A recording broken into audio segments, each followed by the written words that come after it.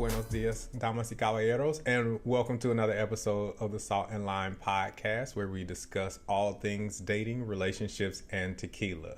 So let's just jump right into it.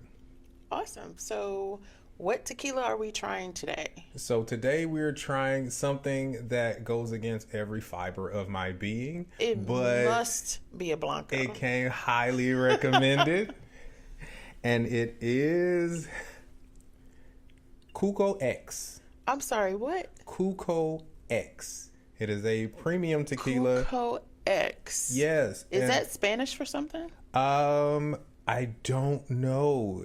It doesn't sound like. I mean, there is El Cuco, who is like a Hispanic lore, kind of like the Boogeyman or Bigfoot. So there is El Cuco, but yeah, it looks like Cuco X. It's so plain. But it has some interesting. It's not a lady or twisted bottle or tall or dark. It's just a bottle with a cork. Yeah, it has some interesting writings on it. It says Esa yegua tiene orgullo, which means this mare has pride, pero el charro trae lo suyo, which means but the rider bring yours. I don't know what that means. But I didn't catch a single word except for tiene. It is a blanco or plata. Yeah, it's really clear, so. Yeah, it is really clear, and typically I don't drink really clear tequila, but yeah, we are going to try this one today. I'm a little excited. Okay, so this Kinda is still concerned. has agave and are made from agave? Oh yeah, I don't drink anything that's not 100% agave. Okay. If it's not 100% agave, I exercise extreme caution because who knows what else is in it. Got it. Did someone recommend this one? Someone did recommend this one. So I was actually at the store going on a liquor run and ran into this guy, completely random. He was in the liquor aisle with me and he asked for some suggestions on what tequila he should get. So I'm making my recommendations, and he points to this tequila and he's like, you got to try this. This is really good. I don't know if you've tried it before, but it's really good. I really enjoyed it. And shout out to that guy. I didn't get his name, but if you are subscribed, if you're listening, if you're watching, kudos to you for recommending this tequila. I think we gained 2 or 3 followers that day. That's awesome. Yeah, so I'm happy about that. But yeah, so the guy at Total Wine, thank you for this recommendation. We're going to try it and we're going to give you our honest thoughts on it. All right. So if you've been following us, you would know that we actually have shot glasses today. That's enough. That's way too much for me. Our first Blanco tequila, our first Plata tequila. It is the first one. I forgot about that. Yeah. All right. So, do we try? Let's get into it.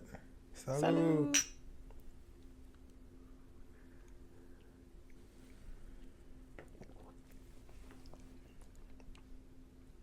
Okay. So what are your first impressions? I don't know. I don't know what I think. It doesn't bite. I think I say that about all of them. It definitely doesn't bite, but it has a little bit of burn on the tongue. A little bit on the very top. Yeah, but Do I taste citrus? Something. That's kind of expected with a Blanco tequila. And a little bit of sweet, a little citrus and a little sweet. There is a little. Yes, there's a little bit of citrus. There's a little bit of sweet. It's really smooth.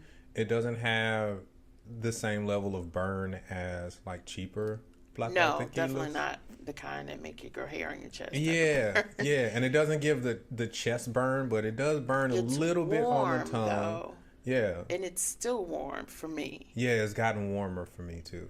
It's like a nice side effect at the end. Yeah, so there's a tongue burn. There's no chest burn. It's just really warm. And then it spreads out and it's warm. Like if you've ever been to the hospital and they give you that magic shot that makes all of your pain go away? No. Okay, so No, so I broke my ribs before, and I was in the hospital, and they were giving me medication for the pain. And there was this shot that they gave me, and it kind of stung at first, but then it got warm, and that warmth, it spread from the point where they gave me the shot throughout my entire body. And Whoa. then What in was like it? 10 minutes, I think it was Don't remember. Demerol. I don't know, one of those alls. One of the alls. One of the all shots. Yeah, it wasn't like what's the drug that everybody's freaking out about? Oh, meth? No. No. No. Not meth. They have a hospital grade meth. Yeah, but it's like it's like heroin, only like Oh, I know what you're talking about. 100 Makes times you itch. worse. No, But it gets rid of your pain? no. The drug that they are putting in pretty much everything, and they're trying to get rid of it, but it's really messing people up. Like, people overdose over just a little bit of it. Percocet? No, it's not. It's worse than Percocets. I have no idea. I will have to look that up. I haven't been hospitalized much. Okay. Well, I mean, it's turned into a street drug now. Yeah. Okay. I don't remember the name of it, so we're probably going to cut this part out. But either way. It's okay. Oh my gosh, we're always so funny together. Back to the tequila. Yeah, it has a really good flavor. I mean, for a Blanco, it doesn't have like a full body flavor like an aged tequila, but it does have a really nice flavor. That's the word I was looking for. Full body flavor. Yeah. I think I'm used to that with the añejos and the extrano añejos. We're going to get you to pronounce that correctly. I thought I did it right. No. What is it? Extra. Just extra. Oh, just extra. Extra It's not añejo. extrano? No. I was practicing that. Oops. Extra añejo. No, extraño añejo would be strangely aged. Oh, we don't want. Yeah, so we don't want strange aged. We want extra aged. Okay. Extra añejo. So the Blanco, it's like layers are missing. Well, not missing. The Blanco doesn't have layers because it's brand new. It's not sitting for years in a barrel like the extra añejo. Did I get it right? Good job. Imagine practicing it wrong for so long. Okay, so for a Blanco, I guess I'd like that. Yeah, it is really good. It's not. See, I think you've influenced me because you introduced the añejos first. Yeah. So then my expectation is that. It's Well, not, actually, I didn't come in with any expectation of the Blanco, but I definitely notice the missing full bodiness. So I would use this to mix. I knew you were going to say that. This would be a great tequila to mix in something. So if you want to add like Not my margarita tequila mix. to mix. What's your tequila? The one on the bar? No. The one on the bar? Yeah. What's it called? You want me to say it? We're not going to give them any shameless plug. Let's just say it's a really big wholesale company and their own brand of tequila. Right. You mean that bottom tier rail tequila that you purchased? No, I wouldn't mix that. You wouldn't mix even that? No, I wouldn't mix that You were because very gracious when you saw it. I was. Because I'm like, oh, we've got tequila. And you're like, I brought some. My first thing that came to mind is that's not tequila. But you didn't even say that. You just said, I have some tequila. I brought liquor for everybody. So once I got to learning it, I'm like, oh, my tequila's trash. Yeah, well, not trash. You said yes at first. Well, it's cheap, and I don't drink. It is cheap. I don't drink cheap tequila because I don't know what's in it. So Probably because not much. Yeah, you can mix tequila with a bunch of other alcohol. Oh. Like you can mix it with fire water, and you can mix it with mezcal and whiskey Is that called and cutting rum. the liquor? No, it won't be 100% agave. Okay. It has to be, for it to be called tequila, it has to be at least 51% agave. Okay. But that other Is it 49%, specifically blue agave or any agave? yeah, it has to be blue agave because green agave is mezcal.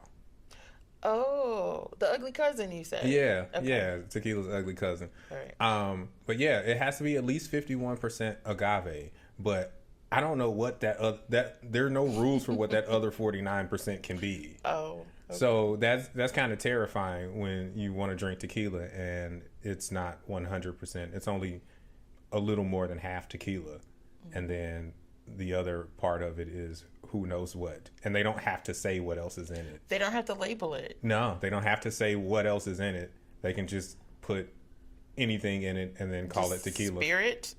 Or Yeah, just agave liqueur? spirit or grain spirit or Oh, wow. yeah. Okay. Yeah, it could be pretty much anything. So yeah, I stick to the 100% agave tequilas because I know what I'm getting as far as my alcohol goes. But yeah, I would absolutely mix this. This would go well in really any kind of tequila drink because it's so smooth. Margaritas? It gives you just a little bit of burn on the tongue and then that warm feeling in your chest. So yeah, I would flood a margarita with this. It was pretty good for a Blanco. Yeah, it was really good. So, Really good. So thank you for the recommendation. I will keep this bottle on hand for mixers and things of that nature. But I really enjoyed it for Blanco. You may even use this as a gift if you're going to a dinner party. I would not give this to You anyone. would not give this to No, anyone? this would be my personal stash for my Oh. yeah. Now I would bring it to a party though. Okay, so you would bring it to a party? I'd bring it to a party and we pour up margaritas and Okay. all the other tequila drinks that I can't think of the name of right now. Well, speaking of gifts is a part of our topic today. We are talking about love languages, a concept developed by Gary Chapman about 30 years ago. And there are 5 love languages. One of those is gifts. One is words of affirmation. There's quality time. Okay. And physical touch, acts of service. So which one do you think resonates the most with you? I know for a fact, I have a blend of possibly 2, but for sure it's acts of service. Okay. Why is that? So words of affirmation don't really do much for me as far as encouragement and speaking highly and all that stuff. I'd rather, if I have a lot on my plate, to be helped with that. If you see I'm struggling with something, to just help without being asked. Right. So that part. And followed closely by quality time. But acts of service for sure. So for an example, when we all get home after work, there's kids have to do homework. Everybody has to be fed. Then you have to get lunches together for the next day and still check in and lock in with everybody else. And if you're doing that all by yourself, it can feel overwhelming. But Definitely. if everybody's pitching in to make sure the next day goes smooth, or that the rest of the workday is kind of set up so that we run through it in a good fashion, then that helps. Yeah. But yeah, just helping out and avoid making more work for me. Okay. That's huge. After that, then quality time is definitely that. Yeah. That's another hot button of mine. What about you? Physical touch is my thing. So yeah, without physical touch, I don't know how any of those other things work, because for me, a relationship, especially a romantic relationship, it kind of centers around that, because all of the other things can be involved in just general friendships. So all of the other things, the words of affirmation, the gifts, the acts of service. What's the other one? Gifts, acts of service, words of affirmation, quality time. Yeah, quality time. All of that you can get from outside of a romantic relationship, and it doesn't change the dynamic of the relationship at all. But inside of a relationship, the physical touch aspect, um, getting that from platonic friends can be weird. So I'm thinking like a hug or even like a handshake or a pat on the back. That's still physical touch too. You're speaking specifically in Yeah. regards of like intimate touching and sex, Right. right? Right. Okay. Yeah. So like physical touch, like, chest bumps and things like that. That's cool for, outside settings. But if I'm with a romantic partner, like I would definitely want more Not a chest intimate bump. touch than a chest bump or a handshake or, a church hug. A church hug? What's a The church hug? church hug. The The church side hug. hug? Yeah, either the side hug or the hugs where both people stick their butts out so that they don't touch pelvises at all. But like I like belly to belly hugs. Okay, Like bear hugs. yeah, I want to Okay. rub bellies when we hug with romantic partners. I wouldn't do that with my platonic friends So because guys tend that to would put be like the awkward. arm in between and like do the one armed hug. Is Yeah. that's a thing, right? Yeah, that's definitely a thing because we want to be close, but not too close. Because if one of us, like if we accidentally bump pelvises or rub thighs against each other, we have to then fight to the death. Fight to the death. Yeah, one of us has to Fight go. to the death. One of us has to go, It was an possibly accident. with swords. What if it's an accident? Even if it's an accident, like I can't have you leave this room knowing that happened because you might tell somebody. I'm not going to tell anybody, Oh but you my might tell somebody, gosh. and you can't trust that I'm not going to tell nobody. So yeah, so then You are outrageous. we have to duel to the death, and then whoever proceeds from that can do whatever they want and respect the other person's memory.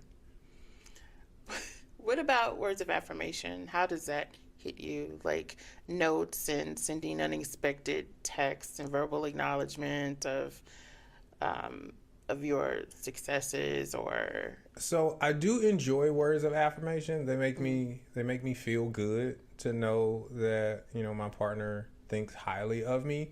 But they aren't absolutely necessary for me. you Like said it's they not. are, they are not. They are not absolutely necessary for me. It's not as high on the list as like acts of service and physical touch because I already think that I'm awesome. And You are so awesome, but it's funny to hear you say it. I already think that I'm awesome. And so like someone just reiterating that for me, I mean, it's dope. Like it does give me an extra boost. But if I don't get it, I'm still gonna think I'm awesome. Does it make a difference who's saying it? I think it does. It's all yeah. Everything that comes out of a person's mouth, I consider the source. So like I don't take haircut advice from bald people, and I don't take weightlifting advice from people who can't bench 225. I don't take financial advice from homeless people. But they may be able to tell you how they got there and how to avoid it. Yeah, they can tell me everything to avoid, but if they tell me where I should invest my money, I'm going to be like, yeah, okay. Okay, Mr. Homeless guy. Thank you for your crazy rant. I appreciate it. Do you still want this sandwich or not?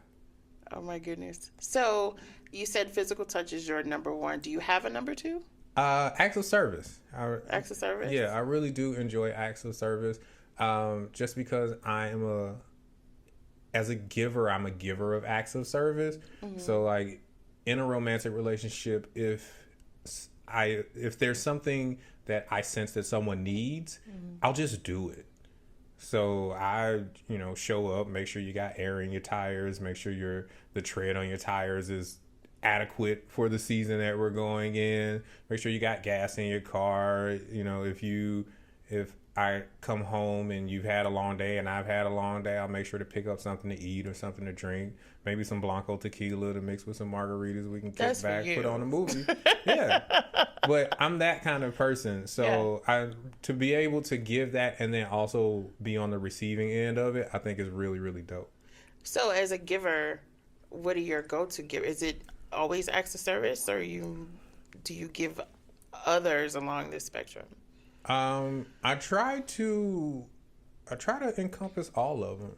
Mm-hmm. I try to make sure that I include all of them. in romantic relationships, and make sure that I provide all of those things to some degree. I'm not as good with gifts because You my sure? no. So here's the thing, because my gifts, when I do give gifts, I try to make sure that they are functional gifts. Okay. So like, it doesn't cross my mind. I mean, I do it, but it's only because I've been told that it's a good thing. But it's never crossed my mind like I'm walking past some flowers and just without subconsciously I'm just like, yeah, I want flowers in the house, and I think it would be nice for someone else to have flowers in the house, so I'm going to get this person flowers. Or Okay, well, not flowers, but like other stuff. or like greeting cards, or not greeting cards, but No, yeah, but more like cards or practical jewelry. things But that yeah, people might need, or yeah, useful gifts. But we also live in a society where people don't view useful gifts as truly being gifts. Like, they view jewelry and flowers I and like jewelry. yeah, jewelry is nice, but it is It's not useful. completely useless. I appreciate a useful gift. I don't want Yeah. a useful household. Like, don't buy me a vacuum cleaner. Oh no, I'm no, gonna be a little perturbed. no. Vacuum cleaner or anything having to do with house chores. Right? Not Yeah. a good idea for anybody across the board. No, I don't go there. But if you say that there's a need that for something, or a need for something that does a certain thing that you want done, I'll get that. Like, I'm that kind of person. So if you feel like, your laptop is inadequate and you are trying to do a bunch of things on your laptop, I'll just buy you a laptop. Okay. Or I get that. if your steering wheel cover on your car is falling apart, I'll get you a steering wheel cover or some valve Do you just stem take covers. notice of what's happening Yeah, in the moment? and yeah. I make try to note pay of it? attention to what's happening in a person's life, and what they need, or what would make their lives a little bit easier, and then I purchase gifts based on that. But yeah, I don't ever think like, hey, I really want to buy this person a diamond necklace, because I think the diamond necklaces are intrinsically worthless. And I think that's because it's true. Like, there's nothing that It's you can because it's do true. with a diamond necklace other than put it on your neck and show it off to people. But for some people, that's currency. That's a thing. Or maybe they just like diamonds. Like, some people like certain things or collections, like elephants, or just different things that they inherently like without it being about other people. But specifically for diamonds, I get that. That's more of a social status kind of thing. Right, yeah, yeah. Now, I can understand if you like collecting like figurines or toys or Hot Wheels. So if you love Hot Wheels and you have a Hot Wheel collection, I will scour the internet for Hot Wheels. Unique Yeah, Hot for the Wheel unique Hot Wheel collectible car. I remember one time I was dating this girl, and she had a VCR. She still had a VCR. This was a long time ago. But yeah, she still had a VCR, and this is when VCRs were being phased out by DVDs and Blu-rays. But she still had a VCR, and she was like, I really want Cinderella on cassette tape. And they didn't sell it anymore. You mean DVD? Yeah. No, not DVD. VHS tape. Okay. Yeah, it was VHS tape. And I scoured the internet, and I found it on eBay. It cost me like $80 because it was in the Disney vault. So they hadn't released any new VHSs or DVDs Disney's notorious for doing or their any of that. moratoriums. Right. So I scoured the internet, and I paid like $80 or $90 for a Cinderella VHS tape. And that was a gift to her for someday, her birthday, Valentine's Day. I really can't remember. It was a while ago. But yeah, things like that. So like that kind of collectible, I rocks with it. But if you're like, I want a diamond necklace from Tiffany's because it's a collectible, I'm gonna be like, you're insane. So what's the difference? The difference is a The diamond. VHS, or let's say they were cost-wise, they were the same. Yeah, the difference is Would it- about $90,000. Well, if it wasn't like a price difference, would you still feel like that was insane? If it wasn't a price difference and that person had, collectibles, then no, it wouldn't be that insane. But I do think that a VHS tape has way more value than a diamond necklace. Okay. At least VHSs, you can put them in, and what shows on them is entertaining. Diamond necklaces aren't even entertaining. They're just there. They're just there. They just exist. I like diamonds, personally. I won't go out and like pay a whole lot of money because I'm also cheap. Okay. But I still like diamonds. Yeah, I'm not a fan. I mean, they sparkle. They do, they do little light dancing, but there are so many other things that do the light dances. Cubic zirconia. Cubics light dance Don't do just that. as well Don't as diamonds. Don't buy one of those in exchange for. Yeah. So I think the reason why I'm so against it is because I know that it's less about the thing and more about the status that comes with possessing the thing. So people who obsess over real diamonds versus lab grown diamonds, you can't tell the difference by looking at them. You can't tell the difference even if you had a magnifying glass. Okay. Like the issue with lab grown diamonds, the difference between lab grown diamonds and actual diamonds is lab grown diamonds have fewer flaws. By design. Yeah, by design, because they can control it. They grow it in a controlled environment so they can create it with fewer flaws. But people will say, oh no, this is a lab grown diamond, and so it's less valuable than an actual diamond. And I'm like, what's the value? Okay. I'm okay with all 5 of these as far as like sending and showing all 5 love languages. I'm really low on words of affirmation. I don't know why. Really low as in you don't give words of affirmation? I mean, I'm encouraging just overall. Okay. But to like be very intentional about saying specific things to uplift, like organically, yes, and that's fine. Okay. But I guess if I had to rank them, that would probably be lowest on the totem pole. Okay. Yeah, definitely. I'm more of an action kind of person. Me too. Not just, I mean, anybody can say anything. Well, And I know that's not all that Yeah. words of affirmation is. It's also expression of gratitude and those kind of things. That I do on a regular basis. But specifically like being the cheerleader and the whole pep rally thing, Yeah, I'm not gonna do that if it's not naturally in me. Like I don't believe in euphemism or saying nice things for the sake of saying nice things. Like if I don't that's believe what it is, just for the sake of doing it. Yeah, I don't. It's not my thing. But No. organically, Right. I would definitely. I think I'm encouraging. Period. Just across the board. Yeah, you definitely are. I had to think about it.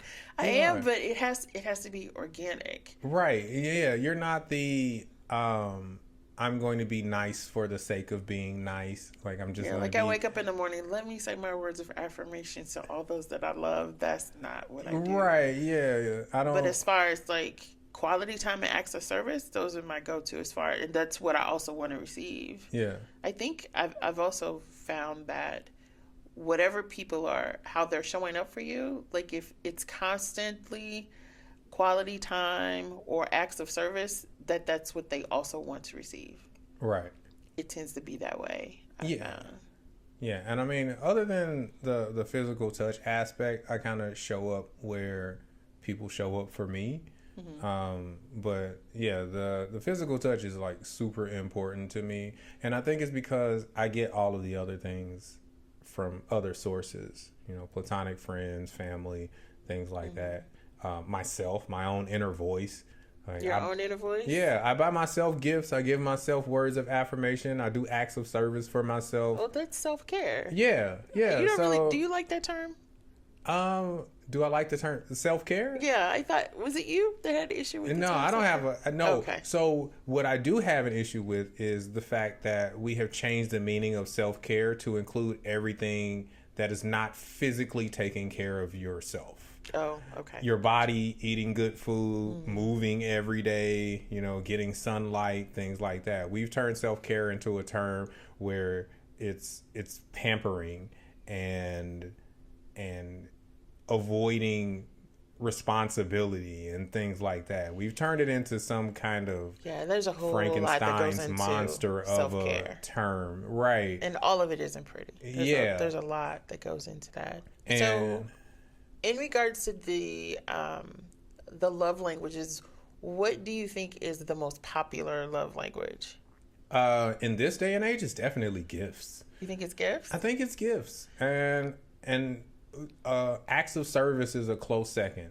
But so Shane Company did a survey. Okay. And they did it across gender and also across age group, and it was quality service. Quality service? I mean quality time. Okay, I just mixed my two favorite ones, quality time and acts of service all together. Quality service. No, it's quality time.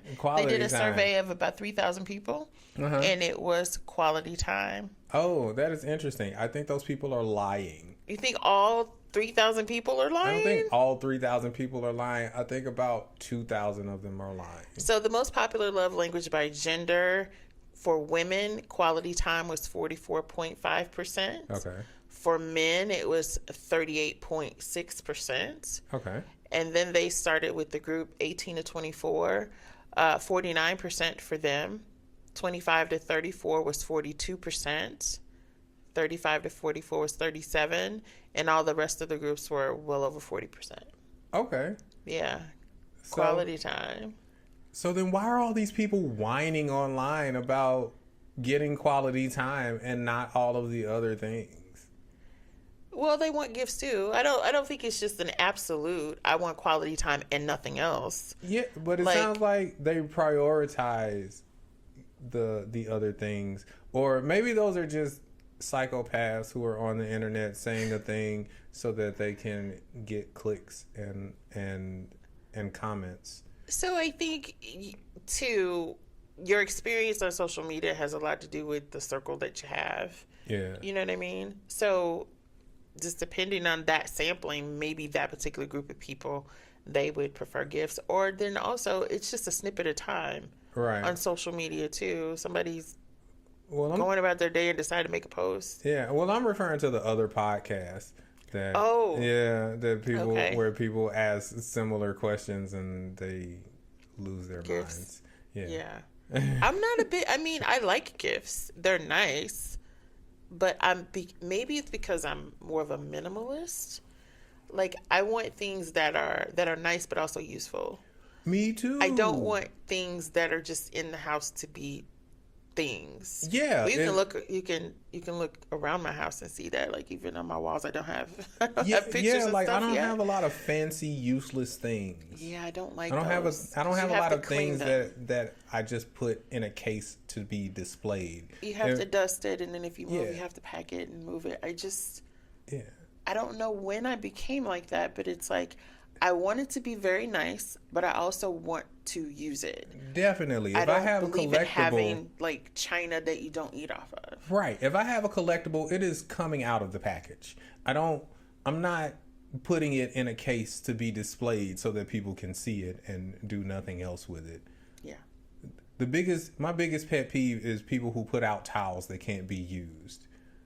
Like, those are for decoration. Shut up. They're for decoration. Then put it in the closet. No. And only bring it out. Put it somewhere other than where it can be used. The decorative towels in the bathroom, they are decorative, but they're also like hand towels for people to like dry. But then you have to replace those and clean them quite often. But it's not for you to use to take a bath with. Oh, well, because they're bath towels, but then they're decorative towels. Like you don't use those, right? Yeah. Like some people have like decorative pillowcases that they don't actually sleep, or not pillowcases, but pillows, decorative pillows that they don't actually sleep on. I think that is a form of insanity. No, it's a form of decoration. Yeah, it's a form of decoration. See, I like pillows, but I do use them. But So the pillows in the very, very front, they go with the whole decor of the bedroom. Okay. You don't sleep on those, but now there's the pillow sham that's a covering of the pillow. Then you take the pillow out of that has a pillowcase on it. That's what you sleep on. Okay. But you don't sleep on the sham. Pure insanity. Why is that insanity? Why is it on the bed if you're not meant to sleep on it? Because it's a part of making up the bed. What? It's a part of the makeup of the bed, which is the central focal point of the room, usually. Who is viewing your bed? I am when I walk in the room. And you just feel a sense of pride when you have extra pillows on there that are worthless? The room feels bigger when you're stop looking at me like that. When your bed is made. Like, there are some pillows that, I don't know, they make the bed look better. Okay. But I wouldn't necessarily want to sleep on them. I'm thinking more specifically like just the round ones. I may put that behind my back if I'm sitting up in bed on my laptop. Okay. But I'm not going to sleep on it. Okay. Well, yeah, not sleeping on it, but using it for a purpose. Like, yeah, I'm still don't sleep on the shams. You take the shams off and sleep on the pillow with the pillowcase. Why are you going to put them on if you just going to take them off? Because the shams are bigger. They're flayed out more for decoration. And when you get ready to use it, you take it out. Kind of like, you're not going to, okay. Yeah, I'm not going to relate to the next thing that you're going to say, but let's get into it. Let's okay. Just go. It's kind of like your toothbrush container. You don't brush your teeth with that. You just cover your toothbrush with it. Yeah, but to protect it for when, and you take that off when you get ready to use your toothbrush. Right. So you cover your pillow until you get ready to use it, and it's also decorative. So it's a protection thing. Yes. It's okay. A protection thing. So because nobody explained it. Yeah, you did. I could tell. I can see it spinning. Yeah, you just made that up. I did. It's okay. But think about it though. That's where you lay your whole face for like 8 hours. Yeah, that's why I wash my pillowcases. It is. I know, but you don't wash them every day. No, but I do wash them regularly. Okay. Every week. All right. We're moving on. So in summary, I think it's safe to say that however your mate is showing up with you in their love language is probably how they want you to show up for them using that same love language. And that's agree. Just paying attention. Yeah, I mean that just makes sense. That sounds like a equitable situation to be in, where both parties have something to give and something to gain from it. And when a relationship includes, someone who gives the same type of love language, or their love language is similar and they offer the same things that they expect to receive, and then they also receive them in return, that's dope. That's when love in general is dope. Yeah, the layers. Yeah, when it's truly like a symbiotic relationship where both people feed off of each other and everybody benefits, everybody gives something, everybody gets something, and it flows organically. That's when love and relationships are dope. I have to agree. I almost want to toast to that.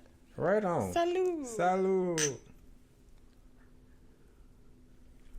Okay, so that concludes this episode of the Salt and Lime Podcast. Please like, share, and subscribe so that we can grow this channel into something monumental. I've said it before, and I'm going to keep saying it because we really appreciate your interaction, your views, and your recommendations. This tequila came as a recommendation, and it turned out to be pretty good. It did. So we appreciate it. Please like, share, and subscribe, and interact with our Facebook page and our Instagram page. You can send us messages, leave comments, and we will respond, and we will also include everything in the following episodes. See you next week.